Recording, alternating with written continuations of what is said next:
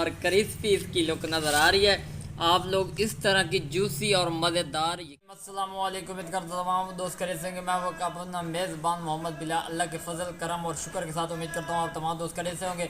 आज मैं अपनी प्यारी सी यूजी फैमिली का बहुत मज़ेदार तोहफा लेकर हाजिर हूँ। तो जनाब बर्फ़ी बना के भी खावेंगे, वो भी मैदे के नाल, वो भी with out oven, with out किसी मशीन के घर के विच तैयार करेंगे विलेज होम तरीके का। तो जनाब इसी खुशी में हमारे चैनल को सब्सक्राइब नहीं किया तो जल्दी से कर दें, ताकि इस तरह की लेटेस्ट वीडियो आप लोगों तक बर वक्त पहुँचते रहे। जो टिप्स एंड ट्रिक्स हैं उसे वीडियो दसांगे। जिमें मार्केट तुम बर्फी लेंदे हो नरम जूसी होंगी है, ये उस तरह तैयार हो सी और सिर्फ 3 तो 4 चीज़ें तैयार होएगा तो बिल्कुल नरम और मुलायम होगी। तो बिना टाइम वेस्ट किए असी चलने हैं वीडियो की तरह। उस तो पहले चैनल को सब्सक्राइब जरूर कर दें, बहुत शुक्रिया। वीवर चेक कर लो, 1 कप चीनी का है, चीनी मोटी तुसा यूज़ करनी, बरीक बिल्कुल नहीं करनी। उस तो बाद 1.5 कप साढ़े को मैदा है पिया, उस तो बाद आधा किलो दुध दे पिया। इन्हों के असी सारा प्रोसीजर शुरू करेंगे, इंशाल्लाह तुहानू मज़ा आएगा। अल्हम्दुलिल्लाह वीवर है बर्तन असी इहदे उत्ते रख दिता, बर्तन असी इहदे उत्ते रख दिता। 1 टीस्पून इहदे पानी वधा, तो मज़ीद तुसी इहदे विच 1 ड्रॉप और पानी का पाना, ज़्यादा बिल्कुल पानी नहीं पाना, ताकि अच्छी तरह इहदे मेल्ट हो जाए। और जो टिप्स एंड ट्रिक्स हैं इस वीडियो के दसांगे। अक्सर लोगों की बर्फी सही नहीं बनती, आटा का आटा रह जाता, वो सारे राज इसे दसांगे। ये चेक कर लो, ये ज़्यादा पानी तो नहीं यूज़ करना, बर्तन बिल्कुल साफ कर लेना। हुण असी इस चीनी इस तरह हिलाई रखना, इनू तुसी हल्की आँच से करमलाइज करना है पिया, ताकि ये अच्छी तरह मेल्ट हो जाए। तो फिर तो मज़ीद इनकी कंडीशन भी कहने पे।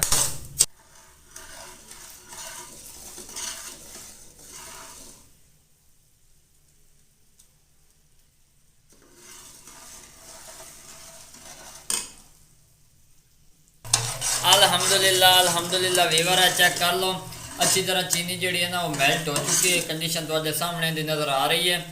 ये मज़ीद जी है ना थोड़ी जी होर असी इनू गाढ़ा करना, ताकि मज़ीद ये बेहतर बने।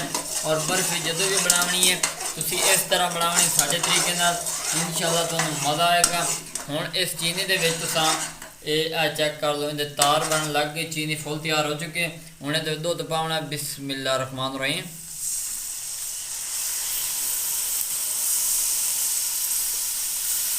दूध तुसी इहदे विच पा देना, इसनू अच्छी तरह मिक्स करना। ये चेक कर लो, तुहाडे सामने असीं इहदे विच चीनी भी पाई है, वो भी हुण इहदे विच पा दित्ते। आस्ता आस्ता तुसी हिलाई रखना। ये चेक कर लो, थोड़ी देर ना टाइम लगी, क्योंकि यकदम चीनी दे विच असीं यूज़ किया है पिया।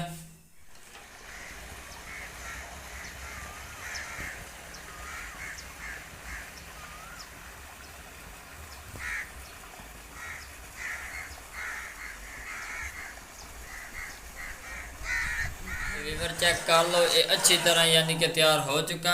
हुण असीं इहनूं साइड ते कर देना एक बर्तन दे विच। एक कज के फिर तुहानूं इहदी लुक विखाने।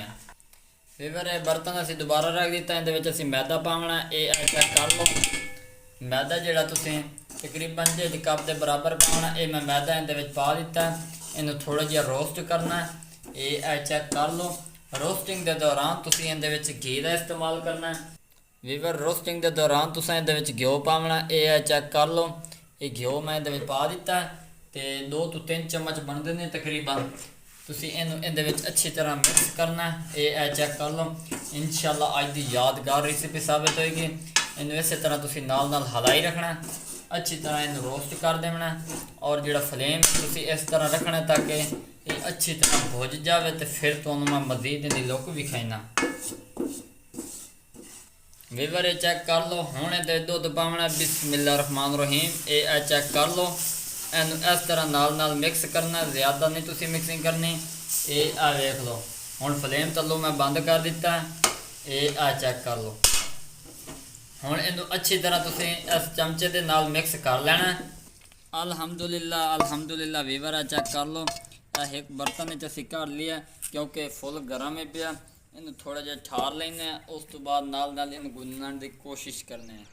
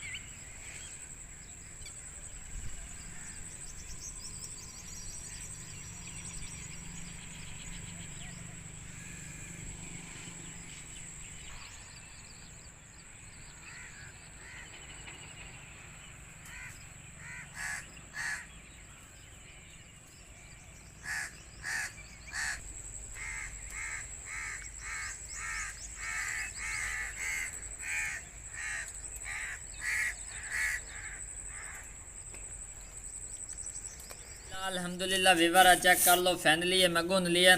यकीन मनो ये जी बर्फ़ी तुहानू बना के विखा रहे हैं बहुत ही मज़ेदार और टेस्टी तैयार होएगी। अक्सर हलवा ये लुका जाते हैं सीक्रेट, लेकिन मैं नहीं लुकाया तो अज को हर चीज़ शेयर कर रहे हैं। चेक कर लो अल्हम्दुलिल्लाह अल्हम्दुलिल्लाह वीवर चेक कर लो। इस तरह तुसीं इहनूं तले प्रेस कर लेना। ये आ वेखो इस तरह बर्फ़ी ये तैयार हो सी।